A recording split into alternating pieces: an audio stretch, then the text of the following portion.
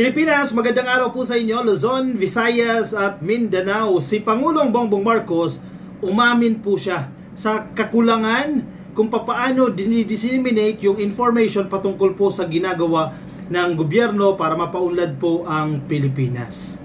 Masama o hindi, nagpapakatotoo ang presidente, pero hindi ibig sabihin na bumabagsak yung ekonomiya. In fact, proud ang ating presidente dahil maganda po yung naging performance ng Pilipinas. Ito headline ka-coffee kala ng mga DDS ayan, binoto nyo kasi yan si PBBM.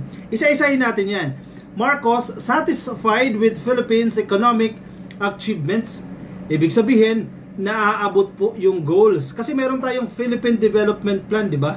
Nandiyan nakalatag ano yung mga gagawin para mapaunlad natin yung ating ekonomiya. Nagkaroon po ng update at satisfied po ang ating presidente. It's just that marami po sa ating mga kababayan ang hindi po nila alam kung ano yung ginagawa ng gobyerno. Kaya yung iba, yung judgment, kasi yung gobyerno walang ginagawa, yung gobyerno tamad, yung gobyerno ganyan, natutulog sa pansitan. Yun ang pagkukulang. At aminado ang presidente dyan, bakit kailangan niya pa i-sugarcoat yan? Totoo. Sa kanyang statement, sige, isa-isahin natin ito ka-coffee. Ito pong balita, nasa Philippine News Agency naman yan. Philippine Information Agency. Ito po yung sinasabi ng presidente. I am quite satisfied. I am even proud. I would go as far as saying I am proud of the things that we have achieved. Pagdating po yan sa development ng bansa. Pagdating po yan sa pagpapaganda ng ating ekonomiya. Kasi kung inyong matatandaan naman, isa naman sa naging focus ng ating presidente nang siya ay maupo, pagandahin po yung ekonomiya ng bansa. Diba? Kasi katatapos ng COVID, syempre economic recovery. Ngayon po maghikayat ng mga investors. Kung inyong mapapansin, yung first years ng ating presidente, nang hikayat yan ng mga investors mula sa iba't ibang bansa at nagkatotoo naman yan. Napakarami pong investors ang nagtungo sa Pilipinas at dito po namuhunan. At yan po ang ipinagmamalaki ng ating presidente na proud siya sa na-achieve ng ating bansa. But, ito yung kanyang but, we have to make it known to people that this is what we are doing. Ayan, diretsahan ng ating presidente. Huwag na tayo magpaligoy-ligoy.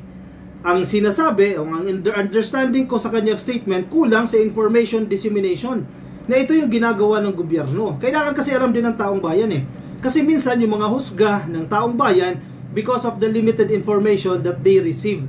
Diba? Pero kung alam nila, yan ang ginagawa. O doon may pagkukulang. Pero ibig sabihin, kumikilos din naman ang gobyerno, hindi ibig sabihin na walang ginagawa. It's just that hindi lang alam. Ka-coffee, may pagkukulang doon sa information dissemination. So, it has to be in a language that is easily digestible and in a language that makes sense to Juan de la Cruz. Tumpak. Kasi kung pag-uusapan natin ang ekonomiya, di ba? Pag-usapan yung inflation, unemployment, underemployment, medyo yan, ka-coffee. Medyo jargon yan sa mga ekonomista. Kumbaga hindi pangkaraniwan o hindi popular na pinag-uusapan o madalas na pinag-uusapan ng pangkaraniwang tao, pangkaraniwang mamamayan o Juan de la Cruz ang kumakatawan sa mga Pilipino.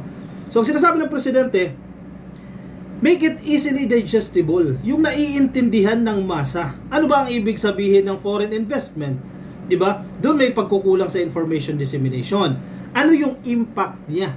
What's in it for me? Diba yan lagi ang sinasabi? Ano ang meron sa akin dyan? Halimbawa, may isang infrastructure project sa isang lugar. What's in it for me? Ano yung makukuha ko dyan? Kasi ganyan ang taong bayan. Gusto nila, mas maintindihan nila para saan yan. O may bagong binuksan na pabrika, anong trabaho, ilang trabaho magagawa niyan? Ang gusto ni PBBM, maintindihan ng masa. Ano yun para sa kanila? Diba? Kasi may ginagawa. Hindi mo pwedeng questionin na walang ginagawa. Merong ginagawa. It's just that nagkukulang nga sa information dissemination. So, kanyang utos dito, it has to be in a language that is easily digestible. Hindi nasa isip lang ng thinking class. Actually, yan ang pagkukulang ng administrasyon ni Pinoy. Masyadong matatalino lahat. Diba? Nandoon lahat thinking class Hindi naiintindihan ng masa. O sana wag tayong humantong sa ganong sitwasyon. Buti nga, hindi na nagpapaka-pabebe dito ang presidente. Nagiging diretso to the point na. Nagiging direct to the point na siya. Make it easily digestible. Kasi may ginagawa eh. Pero kailangan maintindihan niya ng simple at ordinaryong Pilipino. In a language that makes sense to Juan de la Cruz, we are falling behind in making the connection between what we are doing to the lives of ordinary Filipinos. Tumpak na tumpak ka, Coffee, yung statement ng presidente dyan. Umaamin siya dyan. We are falling behind. Na pag-iiwanan tayo in making the connection between what we are doing to the lives of every ordinary Filipino. Doon tayo nagkukulang. Kailangan natin ipaunawa sa simpleng mamamayan na ito yung ginagawa namin. Ito ang maitutulong nito sa iyo. Itong programa na ito ay para kay Juan de la Cruz, at once na naging matagumpay itong programa na yan, ito ang mga benepisyo na makukuha nyo. Yan yung messaging. Yan ang kulang na sinasabi ng ating presidente.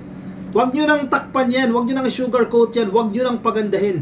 Dahil ang presidente na mismo ang nagsabi niyan, na pag-iiwanan tayo dyan, o may kakulangan tayo, sige, masyado naman atang masama yung term ko na napag-iiwanan.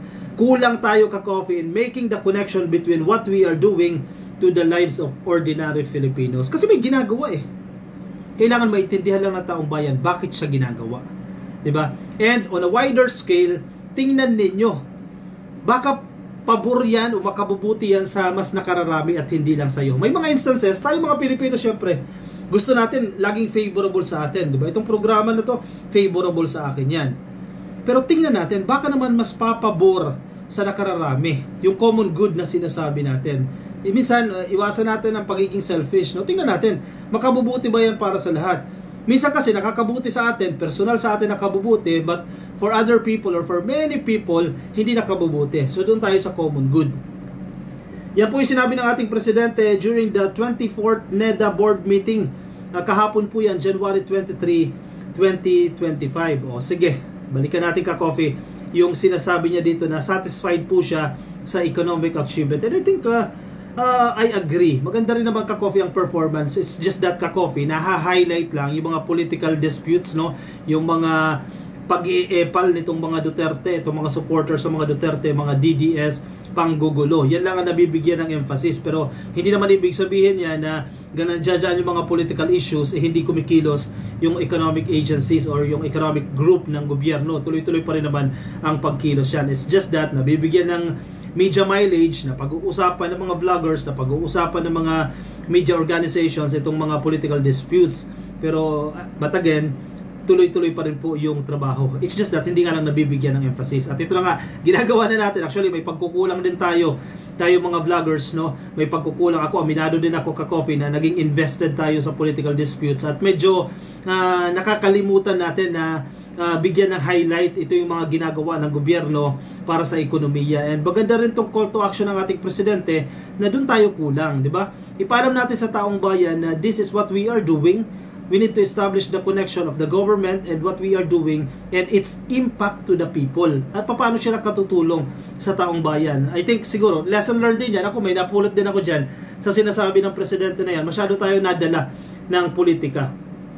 President Ferdinand Marcos on Thursday said he is satisfied with the government's economic achievements last year. In fairness, kaya congratulations sa mga economic teams ng Pilipinas na patuloy nagsusumikap para mapaunlad po yung bansa natin. I am quite satisfied, sabi ng presidente. I am even proud. I would go as far as saying I am proud of the things that we have achieved, Marcos said during the 24th NEDA board meeting in Malacanang. Ay, maganda to, ka-Coffee, ha. Sige, basahin natin yung article. Caption lang yun, ata. Dito tayo sa article. Yan ang pinaghuhugutan ni presidente dyan.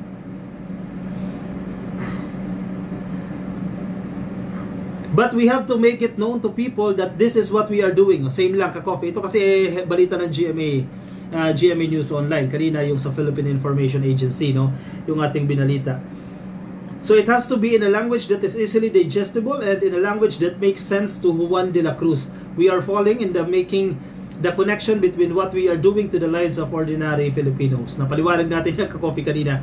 Marcos further acknowledged the government's implementation of major structural reforms and projects which may take years to be finished. Exactly. Nagtatanim din yan, ka-Coffee, no? Para kang magsasakan yan eh. Magtanim ka ng mga programa ng 2022, 2023, 2024, magtanim ka, and then by next administration, aanihin na yung mga programa na yan, yung mga malalaking programa. While some projects are finished, Marcos took note that the government should explain why others are still ongoing and highlight their long-term benefits. Ayan, actually challenge ito ka-coffee. Itong sinasabi na ito ng presidente, challenge ito sa government information offices, no?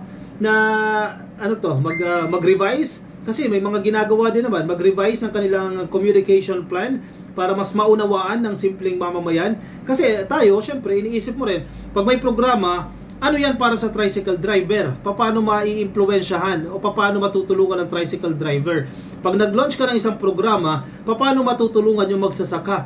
Yung balot vendor, yung street vendors, yung mga informal settlers, paano sila matutulungan ng isang programa? At yan ang pinupunto ng ating presidente na tila kulang tayo dyan sa information dissemination.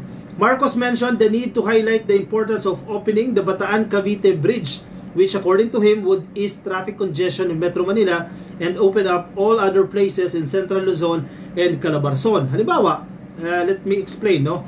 Itong infrastructure projects na ito, o kung may maayos na tulay, ito yung mga simpleng explanation kung may maayos na tulay, maganda yung kalsada, mababawasan yung bilang ng oras na natitenga yung produkto dyan sa kalsada.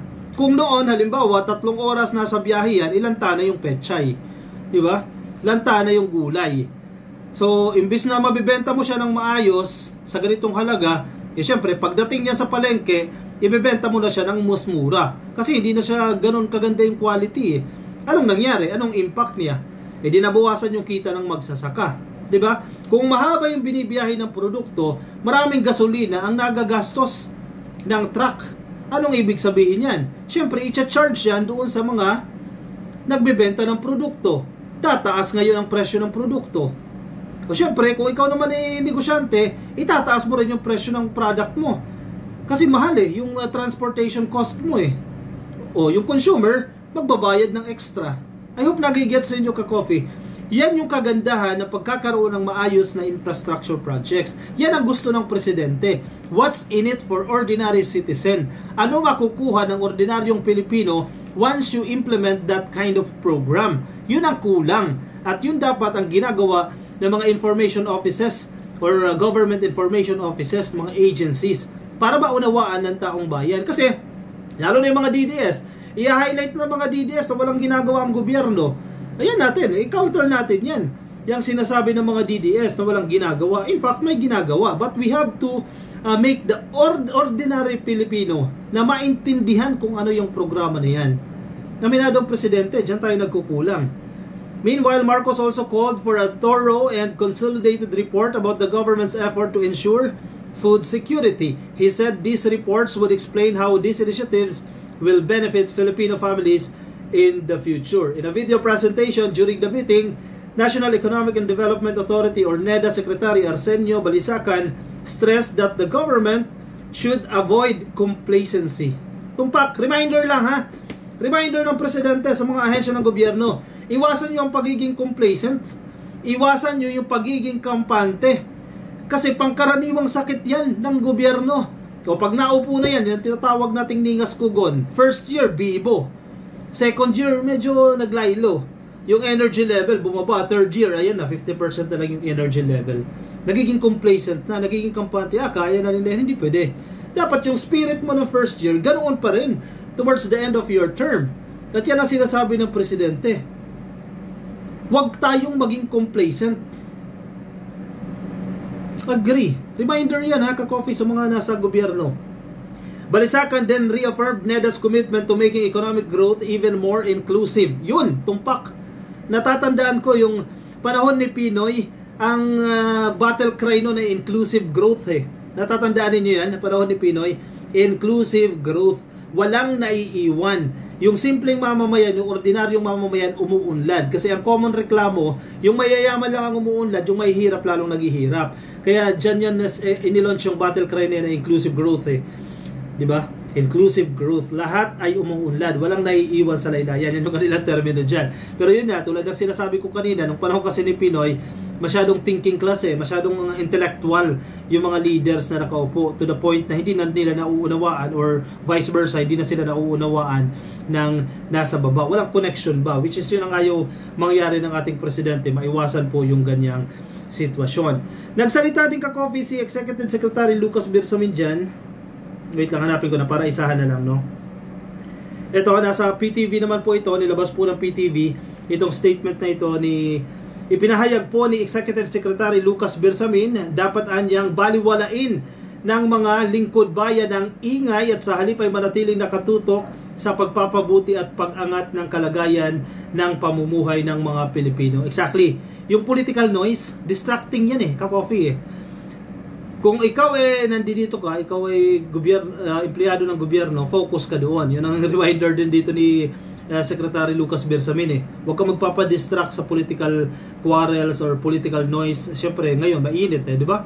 Kasi itong mga Duterte magugulo. Siyempre, may mga supporters din si PBBM na gumagante o binabalikan itong mga pinagsasasabing fake news ng Duterte Group. Siyempre, magkakaroon ng ingay, di ba? So, ang sinasabi ni Lucas Bersamin, focus ka. Kung ikaw ay empleyado ng gobyerno, focus ka doon sa trabaho mo.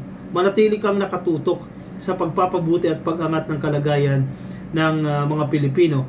As we begin a new year, let us take the opportunity to renew our commitment to build the bagong Pilipinas we all envision.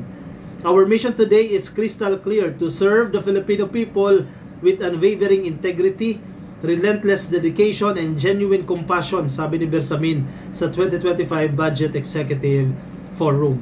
Let us forge ahead undeterred by the noise, focus on uplifting the lives of our people to the best of our abilities, sabi po ni Lucas Bersamin. Agree. Maingay ngayon, I must agree ka-coffee, maingay ang usaping politika ngayon dito sa Pilipinas dahil may mga magugulo na gustong pabagsakin si PBBM at agawin ang kanyang trono. So, that's the reality. Pero kung ikaw ay nasa gobyerno, tutok ka doon sa trabaho.